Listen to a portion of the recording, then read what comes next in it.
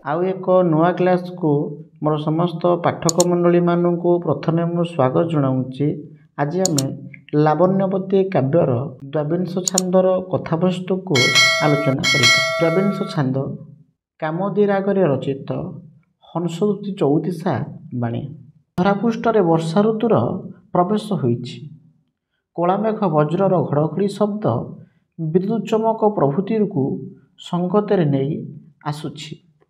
କଳାମେଘରେ ଧବଳ ବର୍ଣ୍ଣର ଧାଡ଼ି ଧାଡ଼ି ବଗଗୁଡ଼ିକ ଉଡ଼ୁଥିବାର ଅପୂର୍ବ ଶୋଭା ଦେଖି ସଖୀମାନେ ଶିବଙ୍କୁ ସୁମରଣ କଲେ। ପ୍ରାର୍ଥନାର ଏକମାତ୍ର କାରଣ ହେଉଛି ଲାବଣ୍ୟବତୀକୁ ବିରହ ଜ୍ୱାଳାରୁ କିପରି ରକ୍ଷା କରାଯିବ। ଏ କାଳ ବିରହର ପ୍ରତୀକ। ଭାବରେ ବଞ୍ଚିଲେ କାଳ କାଳକୁ କଥା ରହିବ। ଏକେ ତ ଦିନ କ୍ଷୀଣ ହେଲାଣି, ରାତି ବଡ଼। ତହିଁରେ ଦିନକୁ ଦୁର୍ଦ୍ଦିନ ଦିନ ମେଘାଚ୍ଛନ୍ନ କରି ରଖିଛି। ଏହା ସତ୍ତ୍ୱେ ସ୍ୱାମୀଙ୍କ ସଙ୍ଗ ଭାର ହୋଇ ନ ପାରି ଲାବଣ୍ୟବତୀର ବିରହ ଯନ୍ତ୍ରଣା ବଢ଼ି ଚାଲିଛି। ଏ ବର୍ଷା ଋତୁ ବହୁତ ଲୋକଙ୍କ ପାଇଁ ହିତକାର, କିନ୍ତୁ କାମିନୀଜନଙ୍କ ପାଇଁ ସର୍ବୋପରି ଅହିତକାରକ। ପର୍ବତରେ ଲାଗିଥିବା ଅଗ୍ନି ବର୍ଷା ଦିନେ ଲିଭିଯାଏ। ସୂର୍ଯ୍ୟଙ୍କ ପ୍ରଚଣ୍ଡ ରୌଦ୍ରତାପରୁ ପୃଥିବୀ ମୁକ୍ତି ପାଇଲା। ହୃଦୟସ୍ଥଳରେ ବିରହ ନଳ ଏ ଋତୁରେ ବୃଦ୍ଧି ପାଏ। ଜଳ ତାକୁ ଲିଭାଇ ପାରେ ନାହିଁ। ମେଘରେ ଯେଉଁ ଅଗ୍ନିଜାତ ହୁଏ, ତାହା ବିଜୁଳି ଝଡ଼ରେ ଘନ କୋଳରେ ସୃଷ୍ଟି ହୁଏ। ଅର୍ଥାତ୍ ଲାବଣ୍ୟବତୀ ହୃଦୟକୁ ବିଜୁଳି ସମ ଉଜ୍ଜ୍ୱଳ କରି ବିରହ ନଳକୁ ସୃଷ୍ଟି କରୁଛି। ସୁନ୍ଦରୀ ଭୟରେ ଗାଲରେ ହାତ ଦେଇ ଭୂମି ଉପରେ ଶୟନ କରୁଛି। ଜୀବନ କଣ୍ଠାଗ୍ରତ, ଚକ୍ଷୁ ଲୁହପୂର୍ଣ୍ଣ, ନାକରୁ ଘନ ଘନ ନିଶ୍ୱାସ ବାହାରୁଛି। ତା ଶରୀରରେ ହାତ ବୁଲାଇଲେ କିଛି ଜଣାପଡ଼ୁନାହିଁ। ସେ ଏତେ ଦୁର୍ବଳ ହୋଇ ପଡ଼ିଛି ଯେ ଝଞ୍ଜା ପବନରେ ଉଡ଼ିଯିବ। ଏହା ଉପଲବ୍ଧ କରି ସଖୀମାନେ ଜେମାଙ୍କ ଯତ୍ନରେ ଲାଗି ପଡ଼ିଲେ। ରାମର ଶରୀରକୁ କନ୍ଦର୍ପ ଭେଦିବାରୁ ସେ ପିକ ଡାକନ୍ତୁ ବଜ୍ର ବୋଲି ମନେ କରୁଛି। ଋଷି ଅଗସ୍ତ୍ୟଙ୍କୁ ଡାକିଲେ ତାହା ଦୂର ହୋଇଥାଏ। ତେଣୁ ସେ ତାଙ୍କୁ ମନେ ପକାଉଛି। ମାତ୍ର ଏ ଶବ୍ଦ ଶୁଣି ସେ ମହାବିରହୀ ହୋଇ ବଞ୍ଚିବେ କିପରି? ମେଘ ଗର୍ଜନ ବେଳେ କାନରେ ହାତ ଦେବା ଉପାୟ କରିବା, କିନ୍ତୁ ସ୍ତନ ପର୍ବତକୁ କାଳେ ବଜ୍ର ଧ୍ୱଂସ କରିଦେବ।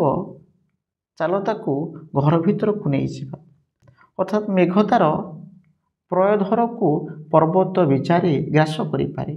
ତେଣୁ ଏହାକୁ ଘର ଭିତରେ ରଖିବା ଦରକାର। ବର୍ଷା କାଳରେ ପିକ ମୁକ ପ୍ରାୟ ରହିଥାଏ, କିନ୍ତୁ ଶାମୁକା, ଗେଣ୍ଡା ପ୍ରଭୃତିର ରାବ ଶବ୍ଦ ଜୋର ହୁଏ। ବିରହୀମାନଙ୍କ ମନରେ ଏହା ଚମକ ସୃଷ୍ଟି କରିଥାଏ। ଏହି ସମୟରେ ଲାବଣ୍ୟବତୀ ବିଭା ହେବାକୁ, ବିଲୁଆମାନଙ୍କୁ ପୋଷିବାକୁ ପାର୍ବତୀଙ୍କୁ ମନାଇ ବ୍ରତ କରିବାକୁ ଇଚ୍ଛା କଲା। କାରଣ ଏହା ହେଲେ ସେମାନେ ଶାମୁକାକୁ ଖାଇଯିବେ। କାମର ବାଧା ରହିବନି। ଶିବଙ୍କୁ ଦୋଷ କରି ଘର ସବୁକୁ ଚୂନ ଲିପାଇବା, ବାଳାର ଉପଚାର ନିମନ୍ତେ ଧନକୁ ବିଚାର ନ କରି ଦୂତକୁ ପଠାଇବା ପାଇଁ ସେମାନେ ଭାବିଲେ। ଦେଖ, ମୟୂରମାନେ କଳାମେଘକୁ ଦେଖି ପର୍ବତ ଉପରେ ପୁଚ୍ଛ ଟେକି ନୃତ୍ୟ କରୁଛନ୍ତି। ତାଙ୍କ କେ କା ରାବ ବିରୋଧ କଥା ପ୍ରକାଶ କରୁଛି। ପୁଲ୍ଲିଙ୍ଗରେ କେ ଓ ସ୍ତ୍ରୀଲିଙ୍ଗରେ କା। କେର ଅର୍ଥ ବିରହୀମାନେ ଓ କାର ଅର୍ଥ ବିରହିଣୀ। ଅବଧକୁ ବଧ କରି ଏହାର କ'ଣ ଲାଭ ହେବ? ବ୍ୟାଧକୁ କହି ପତ୍ରବାଡ଼, ଠେଙ୍ଗା, ଫାଶ ଦ୍ୱାରା ଏମାନଙ୍କୁ ମାରିଦେବାକୁ ହେବ।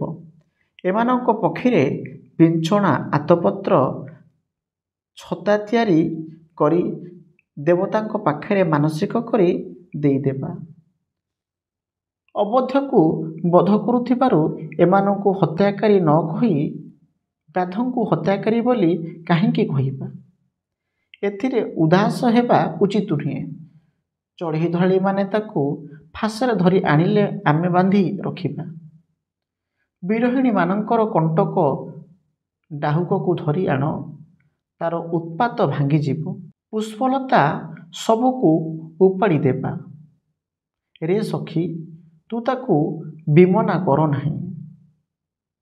ସଖୀଟିଏ ସଖୀକୁ କହୁଛି, ରେ ସୁମନା, ଫୁଲସବୀ ଭ୍ରମର ବା ରସିକ ଭ୍ରମର ହୋଇ ଆମ ଜେମା ସୁମନା ଲାବଣ୍ୟବତୀକୁ ଦୁଃଖ ଦେବ। ହଂସ ମାନସରୋବରକୁ ଚାଲି ଯାଉଛି, ଏ କଥା ମନକୁ କେବେ ହେଲେ ଆଣିବ ନାହିଁ। ଯେଉଁ ବିରହିଣୀ ପାଖରେ ସ୍ୱାମୀ ନାହିଁ, ସେହି ବିରହିଣୀର ପ୍ରାଣକୁ ଯମପୁରକୁ ନେଇ ପ୍ରବେଶ କରାଇ ଦେବ। ଏହି ବିଷୟରେ ସଖୀଟିଏ ଅନ୍ୟ ସଖୀଟିକୁ କହେ, ପକ୍ଷୀର ପକ୍ଷ ଥିବା ଯୋଗୁଁ ଉଡ଼ି ପାରୁଛି, ତାର ପକ୍ଷକୁ ଉପାଡ଼ି ଛାଡ଼ିଦେବା ଆମ ନେତ୍ର ସମ୍ପତ୍ତି ଲାବଣ୍ୟବତୀ ସଙ୍ଗତି ଗତି ପାଇବା ଯାଏ ରହିଥାଉ। ସୁବର୍ଣ୍ଣ ବର୍ଣ୍ଣରେ ଝଟକୁଥିବା ଜେମାର ଦେହରେ ଚନ୍ଦନ ଲାଗିଲେ ଫଟକା ହୋଇଥାଏ। ଏ ମୋହଜଳ ସମୁଦ୍ର ଅଗ୍ନିର ଜନ୍ମସ୍ଥାନ ଅଟେ। ସେ ଜଳକୁ ଛୁଇଁଲେ ଅଙ୍ଗକୁ ଦହନ କରିଦେବା ଭ୍ରମରେ ମଧ୍ୟ ଜେମାଙ୍କୁ ଅଗଣାକୁ ଆଣିବା ନାହିଁ। କାଳେ ସେ ସେଥିରେ ହାତ ଦେଇଦେବ। ବେଣାଚରକୁ ବାଟି ତାକୁ ବାଟି ପ୍ରାୟ ଗୋଲାକାର କରିଦେବା। ସେ ସବୁକୁ ଝରକାରେ ବୋଳିଦେବା ଓ ଜଳା କବାଟକୁ ବନ୍ଦ କରିଦେବା। ବର୍ଷା ଋତୁରେ ଦିନରାତି ଦୁଷ୍ଟ ବେଙ୍ଗମାନେ ରାବ କରନ୍ତି। ସହଜେ ତ ବର୍ଷାକାଳ ବିରହର ପ୍ରତୀକ, ପୁଣି ବେଙ୍ଗ ସବୁ ବିରହୀମାନଙ୍କୁ ଅଧିକ କଷ୍ଟ ଦେଇଥାନ୍ତି। ସଖୀମାନେ ମନରେ ଭାବନ୍ତି, ବଜ୍ର ବିଭିନ୍ନ ସ୍ଥାନରେ ପଡ଼ୁଛି, ବେଙ୍ଗଗୁଡ଼ିକ ଉପରେ କାହିଁକି ପଡ଼ୁନାହିଁ? ସମ୍ଭବତଃ ଏମାନଙ୍କ ଭଲ ଭାଗ୍ୟ ଯୋଗୁଁ ଗରୁଡ଼ ଖୋଜି ସବୁ ସାପଙ୍କୁ ଖାଇଦେଉଛି। ବର୍ଷାକାଳ ବେଙ୍ଗଙ୍କ ପାଇଁ ଉତ୍ସବ ପାଲଟି ଯାଉଛି। ମାତ୍ର ଗର୍ଜି ଗର୍ଜି ଏସବୁ ମରିବେ। ବର୍ଷା ଋତୁରେ ଆମ ପାଇଁ ବରଦାୟକ କିଏ ହେବ? ଶରତକାଳ ସିଂହ ହୋଇ ଆସିଲେ ଏ ମେଘହସ୍ତୀର ଗର୍ଜନକୁ ଖର୍ବ କରି ଦିଅନ୍ତା। ଏ କାଳ କେବଳ ବିଜୁଳି ରୂପକ ପତାକା ବହନ କରି ଗର୍ଜନ କରୁଛି। ଗିରିଗୋବର୍ଦ୍ଧନ ଟୀକାକୃଷ୍ଣ ଗିରି ଟେକି ଗୋପପୁରବାସୀଙ୍କୁ ବର୍ଷା ଦାଉରୁ ରକ୍ଷା କଲେ। କୁଆପଥର ବୃଷ୍ଟି ହେଉଛି, ଫଳରେ ଚିତ୍ତ ଚମକି ଯାଉଛି। ରେ ସହଚରୀ, ଏହି ବର୍ଷାକାଳ ଲାବଣ୍ୟବତୀର ସୁଅଙ୍ଗରେ କଦମ୍ବ ଫୁଲ ସମ ଆନନ୍ଦ ଖେଳାଇ ଦେଉଛି। କାମନା ପୌରଷରେ କ୍ରୋଧାନ୍ୱିତ ହୋଇ ତୁହାଇ ତୁହାଇ କରକା ବୃଷ୍ଟି କରୁଛି। ସଖୀମାନେ କହୁଛନ୍ତି, ଏ ବର୍ଷାକାଳ ଯେମିତି ଜଳଧାର ବର୍ଷଣ କରୁଛି, ସେମିତି ନିରନ୍ତର ଲାବଣ୍ୟବତୀର ନୀରଜ ନେତ୍ରରୁ ଅଶ୍ରୁଜଳ ବହିପଡ଼ୁଛି। ଯେମିତି ବୃଷ୍ଟି ଜଳରେ ପୃଥିବୀ ପଙ୍କିଳା ହୋଇ ପଡ଼ୁଛି, ସେମିତି ଲାବଣ୍ୟବତୀର ଗଣ୍ଡସ୍ଥଳ ଅଶ୍ରୁଜଳରେ ବୁଡ଼ି ରହୁ। ପ୍ରତିଦିନ ଏମିତି ହେଉ। ବର୍ଷା ଋତୁରେ ପିକର କଣ୍ଠସ୍ୱର ମ୍ଳାନ ପଡ଼ିଯାଏ, ସେହିପରି ଜେମାଙ୍କର କଣ୍ଠସ୍ୱର ହେଉ। ଅନ୍ଧାର ପ୍ରାୟ ଚିନ୍ତା ତାଙ୍କୁ ଘୋଟିଯାଉ। କନ୍ଦର୍ପର ସ୍ୱରାଘାତରେ ମାଳତୀ ଫୁଲ ସହିତ ହୃଦୟ ଫୁଟି ଉଠୁ। ସୂର୍ଯ୍ୟଙ୍କ ପରି ତେଜଗୁପ୍ତ ରହୁ, ପର୍ବତ ପରି ଜ୍ଞାନଗୁପ୍ତ ରହୁ। ଅର୍ଥାତ୍ ଏ ମେଘଦ୍ୱାରା ପର୍ବତ ଆଚ୍ଛାଦିତ ହେଉ। ମେଘ ସବୁଠାରେ ଏହି ପ୍ରକାରର ଠାବ ରଖିଛି। ତା ବିରହିଣୀର ଧୈର୍ଯ୍ୟ ବୃକ୍ଷର କୁଠାର ପ୍ରାୟ ହୋଇଛି। ଏ ସମ୍ପର୍କରେ ଯେତେ ଉପାୟ ଚିନ୍ତା କରିବ, ସେ ସବୁର କିଛି ମୂଲ୍ୟ ନାହିଁ। ବୁଦ୍ଧିରୂପକ ନଦୀର ବେଗକୁ ରାଜାରୂପକ ସମୁଦ୍ର ବାରଣ କରିପାରିବ କି? କିଏ ଶୀଘ୍ର ଯାଇ ପ୍ରାଣପ୍ରିୟଙ୍କୁ କହିବ ଯେ, ଜେମାର ପ୍ରାଣକୁ ନେବା ପାଇଁ ଯମ ତତ୍ପର ହେଲାଣି? କାର୍ଯ୍ୟ ଅଛି, ପଛେ ଯିବ ବୋଲି କହି ବିଳମ୍ବ କଲେ ଆଉ ମୁଖ ଦେଖାଇ ପାରିବ ନାହିଁ। ପୁଣି ଜଣାଇ ଦେବ ଯେ, ତୁମେ ଚନ୍ଦ୍ର, ସେ ଚକୋର। ଶୁଣିବା ଉପାୟ କହିବ, ତୁମର ଗ୍ରହ ଉଚ୍ଚରେ ଅଛି। ଏହାକୁ ବିଚାର କରି ଆସିପାରେ ବିଳମ୍ବ କରିବ ନାହିଁ। ଏହି ସମୟରେ ଗୃହ ମଧ୍ୟରେ ହାହା ଶବ୍ଦ ଶୁଭିଲା। ସଖୀମାନେ ଜେମା ପାଖକୁ ଧାଇଁଗଲେ। ଜୀବନରେ ବଞ୍ଚୁଛି କି ନାହିଁ ନାକରେ ହାତ ଦେଇ ପରୀକ୍ଷା କଲେ। ଲାବଣ୍ୟବତୀ ଚିତ୍ର ପିତୁଳାପ୍ରାୟ ଚାହିଁ ରହିଥାଏ। ତାକୁ ଟେକି ନେଇ ବସାଇଲେ, ମୁହଁରେ ଜଳ ଛିଞ୍ଚି ଶୁଆଇ ବିଞ୍ଚିଲେ। ଜେମାର ଛିନ୍ନ କଟେକୁ ବିଞ୍ଚି ଲଲାଟରେ କର୍ପୂର ଚୂର୍ଣ୍ଣ ଲଗାଇ ଶୀତଳ କରାଇଲେ।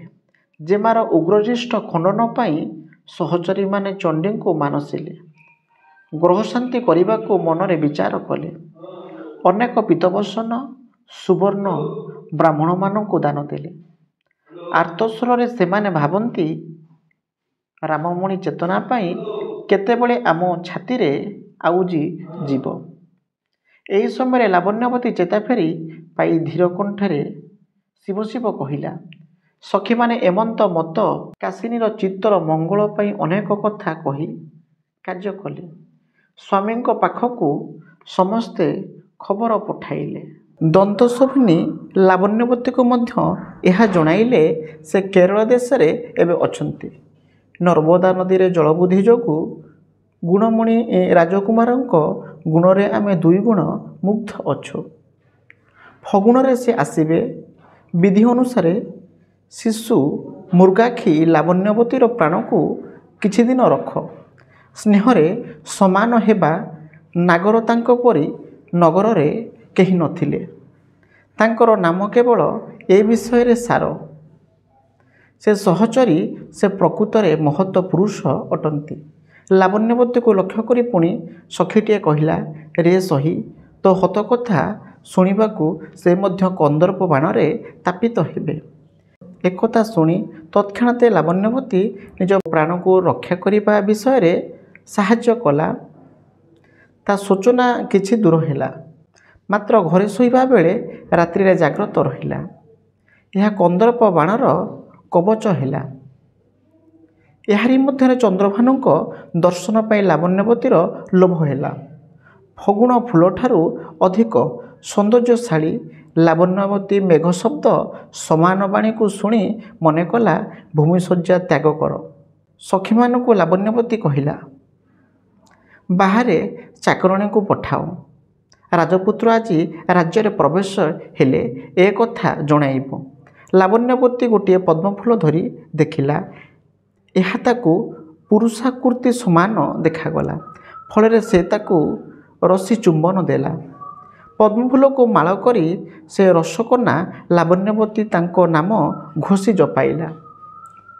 ପ୍ରିୟଙ୍କ ବର୍ଣ୍ଣନା କରି ବସ୍ତ୍ର ପିନ୍ଧିଲା। ହାର ସମାନ କର୍ପୂର ଗ୍ରହଣ କଲା। ଏହି ଭାବନାରେ ମରିଯାଇ ବର୍ଷାକାଳ ଅତିବାହିତ ହେଲା। ସଖୀମାନେ ତା ପାଖେ ପାଖେ ରହି ସମସ୍ତ ସେବା କଲେ। ଶରତକାଳ ଆସି ପହଞ୍ଚିଲା। ଏହି ଋତୁ ଆହ୍ଲାଦଦାୟକ, ବିରହୀମାନଙ୍କ ପାଇଁ ଉଦ୍ଦୀପକ।